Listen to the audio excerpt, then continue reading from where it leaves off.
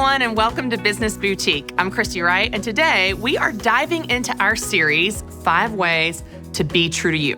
Today is part 1. Your challenge today is to be willing to experiment. Let's talk about what that means. Well, if you're going to live a life true to you, then you've got to be willing to try some things. Sometimes we don't know what we want or don't want, what we like or don't like, what should be in our life and what shouldn't. Well, you know the best way to figure that out? Try some stuff. Just experiment. Be willing to try and see if that fits for you. It's just like trying on clothes. You go shopping, back when we used to go shopping all the time in real stores, and you go into a dressing room and you try on some clothes. There might be something that on the hanger, you're like, that is so cute.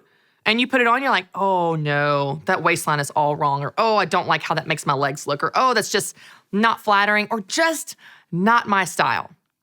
So you don't buy it. You don't commit to it, but you are willing to try it on. There might be something else where you go in a store and you know the nice person working there is like, oh my gosh, this will look so good on you. And you look at it, you're like, that's not really me. But you go along with it, you try it on, you're like, I didn't know. Okay. I didn't even know this. And you realize that something you didn't think you would like, you actually like and fits and looks good. And it is you. So when you experiment, whether it's with clothes or how you spend your time or how you use your gifts or talents or skills, what you make your home look like, what you make your business look like, when you're willing to experiment and try some stuff, you're going to find the things that are you. You're going to find the things that are true to you. I'll give you guys some examples. I have talked about this before, but I have gone through many different phases in my life. You know what these phases were? Experimenting, trying things out. I remember right after college, many of you have heard me talk about this, I decided to move to a 40-acre farm. Like when I say lived on a farm, like please don't picture Joanna Gaines. That is not what was going on. I was in actual, real overalls, not trendy overalls, real overalls like from Tractor Supply Company, mucking stalls, baling hay, fixing pipes that burst in the winter, breaking up ice in the trough when it was too cold and frozen for the horses, trying to get my goats that had wandered off back into the pen, like covered in ticks, farm life, real farm life. I did it. It was hard. It was crazy. It was weird, but it was an experiment. It was a learning experiment. Now, do I want to live on a farm forever? No, I don't live there now. I don't see myself moving back. Turns out it's a lot of work and really, really hard. But you know what? It was an experiment. It was fun. Is this me? Am I like cowgirl? Is that me? It's not. It was a fun phase. It was an experiment. Around this time also, I decided that it would be fun to take Latin and ballroom dance lessons. So I tried that. I learned the cha-cha, the rumba, the swing, the foxtrot, the tango. I even competed in a Latin ballroom dance competition. I don't know where those pictures are, but no, you can't see them because I'm sure it is embarrassing. But you know what that was? An experiment. I also played soccer on an adult soccer league with all Guatemalan men that did not speak any English. And by the way, we were really stinking good. They were so good, and they always passed me the ball, and we always won, and my Spanish got really good during that time. That was an experiment. I have gone through phases in college and high school and in my 20s where I was thuggy and trying to be like, rapper girl with like looking all tough. And I've gone through phases of farm girl where I've got cowgirl hats and overalls and is this me, is that me? All of those things were me trying to find myself, figure out what is true for me, what kind of life I want to lead, what kind of person I want to be. And while those are silly and certainly extreme examples, all of us have an opportunity to experiment. We have an opportunity to try some things to see if it works. Now, here's the challenge that I have for you. It's very tempting to think that you already know what is you and what's not. And some things you might be right. You might be right that is not right for you and you're not going to try it, and that's awesome. That's a boundary you set. Cool. Stick with it. There are other things that are labels you put on yourself and then you live within them. I've talked about this before.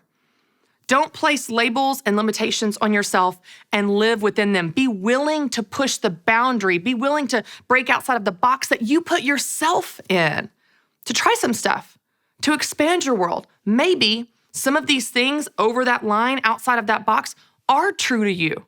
They're in this wonderful, bigger, more fun, more awesome life that God has for you, but you're never willing to go there or live it or experience it because you live in this box that you've put yourself in, within this limitation you've set for yourself. You know, I had a really cool conversation with my good friend, Emily Lay. And we were on stage at Business Boutique last year, and I was asking her all about her brand and how she built this brand. It's a brand that is beautiful, that I love and follow and inspires me in many ways. And she was talking about how their brand really got good when she brought in an outside person. See, she had seen her brand for years and, okay, these are the colors, this is how we do things, this is the style guide. But she was so deep in it, she couldn't see anything beyond that. Well, they brought in this outside person that kind of spoke into it and really challenged them to push the boundaries. And it made her uncomfortable at first, but that's when it got really good. She was like, oh, wow, that is us. This is possible. This is true to who we are and what we want to do. And I related it to a similar example going into book tour. Again, this was only the second time this ever happened, but they brought in a stylist to help me, and she brought all these clothes. This was a different stylist. She brought all these clothes that were really like fun and edgy and funky. She brought some heels, y'all, that were rainbow tweed pumps with gold glitter stiletto heels. These are the kind of shoes that you would see on the shelf at a store and go, those are so gaudy. Like, who would buy those? Who would wear those? And I thought that when I saw them, I was like, this isn't gonna make the cut. But I was like, sure, being polite, I'll try them on. We'll go through the routine. I put them on, I was like, I was made for these heels. I didn't even know. I was made for these. These heels were made for me. I was made for them. I am a person that wears these heels. They were magical, and they're still to this day some of my favorite heels. But that set me on a path that now fun heels are my thing.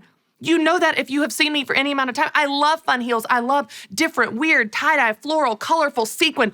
I love it. It all started with those magical, gaudy, gold, glitter, heeled heels. It all started that day because I pushed the envelope. I experimented with something outside of the box I put myself in, the safe, nude, matte pumps I was used to wearing.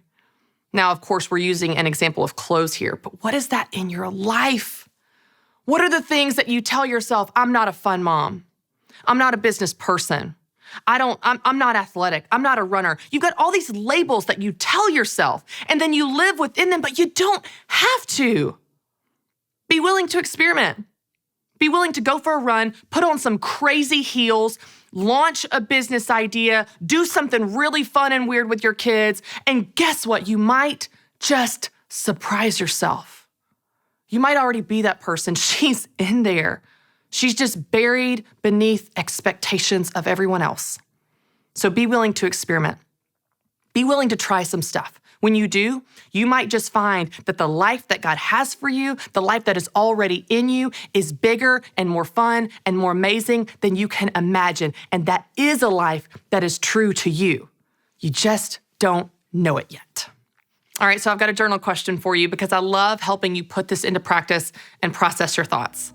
I just want you to write down, what areas of your life would you like to experiment? What is something that you can try that's new and different that might open your eyes and open your mind to a life that is bigger and better than the one you're currently experiencing, but it's still a life that's true to you?